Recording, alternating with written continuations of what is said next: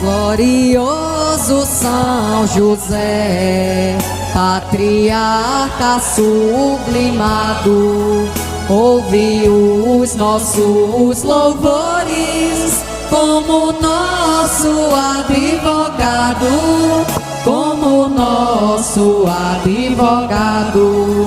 Pede a Deus que nos mande brandas chuvas consoladoras, que floresçam os nossos campos, deem fruto as nossas lavouras, deem fruto as nossas lavouras.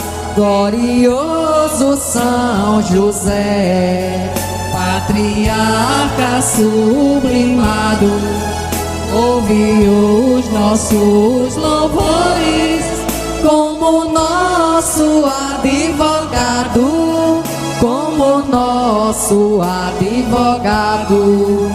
Pelo prazer inefável que tivestes em Belém, viver nos braços da Virgem, reclinando o sumo bem, reclinando o sumo bem.